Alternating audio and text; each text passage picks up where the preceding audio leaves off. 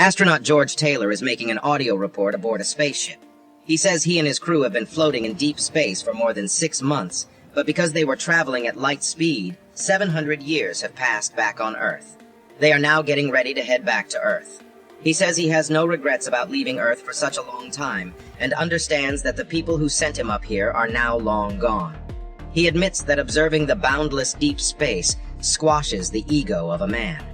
He then wonders if back on Earth people are still waging war against each other, and keeping the children of their neighbors hungry, and themselves well-fed. He gets up and checks on his crew, who are all in hibernation. There is Dodge, Landon, and a woman named Stewart. He lays down for hibernation himself. Next, the spaceship enters a planet and crash lands into a sea. The crash wakes up the astronauts. They have all grown beards except for Stewart, whose hibernation chamber leaked while they were asleep, because of which she aged and died. Water starts seeping into the ship, and Taylor tells Dodge to read the atmosphere and see if they can safely get out. He also asks Landon to send a final signal back to Earth, but Landon says that the ship is dead and no signal will get out. Dodge reports that the air is safe to breathe, and Taylor says they need to abandon ship. Before getting out, Taylor notices the ship's Earth clock and realizes it is now the year 3978 back on Earth. They all get out of the ship into an emergency raft with their belongings. They row around for a while, debating where they are. Taylor estimates they are on a planet in the Orion constellation, but Landon figures out that Taylor is not sure. They reach ashore, take stock of their belongings, and realize that they only have 3 days' worth of food and water. Taylor tells Landon that he saw the Earth clock before leaving, and 2,000 years have passed back on their home planet, but Landon isn't entirely convinced. Meanwhile, Dodge runs some tests on the soil and says that it will not support any kind of vegetation. Taylor says they only have 3 days to find life on this planet, if there is any. They set out and explore the strange rocky formations for a long time, avoiding landslides and such. Meanwhile, Taylor and Landon discuss why they all decided to take this journey. Taylor says Landon came because he wanted the glory, and they both agree that Dodge came due to his passion for knowledge. However, when Landon asserts that Taylor came because he despised the people back on Earth and he is running from them, Taylor disagrees. He says he simply came because he believes there has to be some life better than man in the universe. Finally, after walking a long time, they find a plant in the ground and realize where there is one, there must be another. As they continue their search, shadows start appearing hidden from them in the rocks. They are being followed. The 3 astronauts come across scarecrow-like structures, but as they go up to examine them, they spot waterfalls and greenery. Excited, they take off their clothes and jump into the water. While playing around, Landon notices footprints in the mud. Just then, their clothes and equipment are stolen by unknown creatures. They run after the creatures by following the trail of their torn clothes and broken equipment left behind by them. Finally, they come to a clearing and find that the creatures actually look like humans. However, the humans cannot speak and appear to be feral. Taylor says this is good because they will easily rule over these primitive people. But just then they hear an ominous sound and all the feral humans start running. Sensing danger, the 3 astronauts start running as well. Horses appear and gunshots are fired, but Taylor is shocked to see that riding the horses are apes who are dressed in very proper clothes. The apes are shooting and capturing the humans in nets. During the chase, Dodge is shot and killed by the apes, and Landon is captured. Meanwhile, Taylor is still running, but just as it looks like he has gotten away, he gets shot in the throat and captured. The apes are seen handling the humans like animals. Just before Taylor passes out in a carriage, he notices the apes posing for a photo over the humans they have caught and killed, while the photographer ape says, "Smile." Taylor wakes up and finds he is being operated on in a cage by an ape doctor. Another ape named Dr. Zira arrives to see him because she is interested in the odd clothes he was wearing. The conversation between the 2 doctors reveals that they are animal doctors, and humans are considered lowly animals on this planet. Next, Taylor is in a cage outside when Zira and her fiancé Cornelius, who is an archaeologist, come to see him. Taylor writes in the sand to show Zira, but just then Zaius arrives and her attention is diverted. Meanwhile, another human in the cage erases the writing and a fight breaks out between him and Taylor. Taylor is taken inside, and as Zaius is walking back, he notices the writing in the sand. He erases the writing with his stick. Back in the cage, Taylor finally manages to steal Zira's writing pad and writes his name to prove to her that he is intelligent.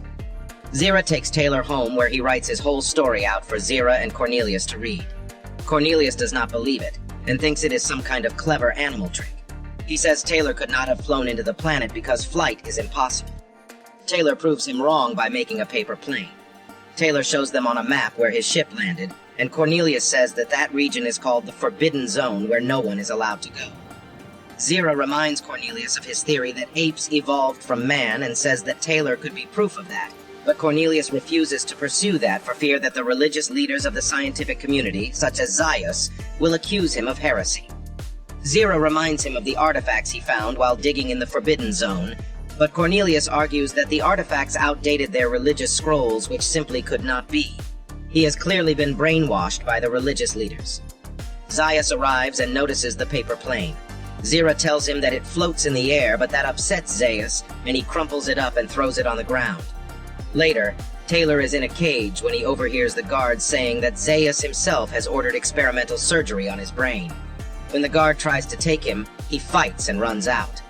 The guards chase him through a market, a temple, and a museum where taxidermized humans are put on display. Dodge is among them. Finally, he is caught, but just then his throat heals, and he speaks, and it shocks everyone. Next, Taylor is back in the cage with the female whom he names Nova. He is separated from her by the apes, and then he tells her of his life back on Earth. In the process, he teaches her to smile. Taylor is brought before a committee of religious scientist leaders along with Zira and Cornelius for a hearing. He tries to speak in his defense, but isn't allowed to.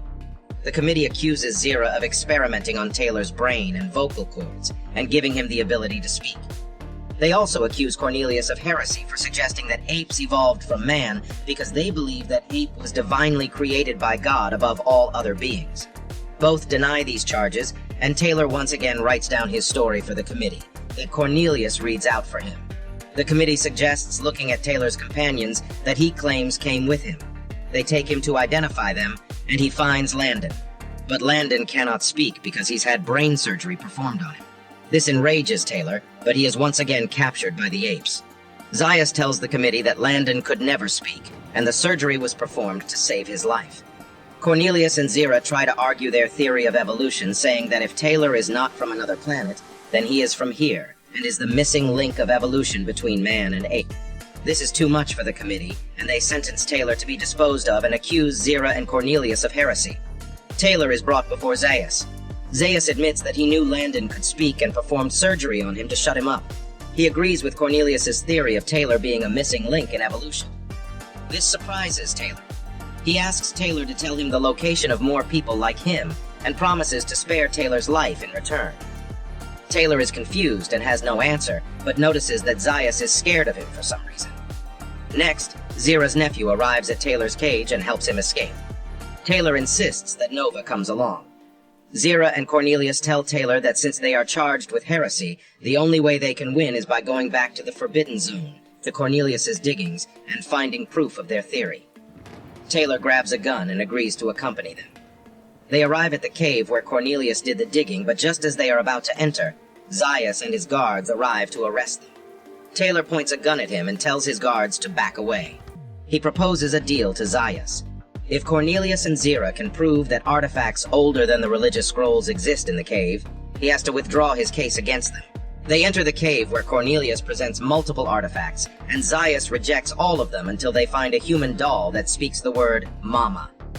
Taylor argues that this doll belonged to an intelligent human house, since an ape would never make a human doll that talked. More guards arrive, but Taylor shuns them away by taking Zaius hostage.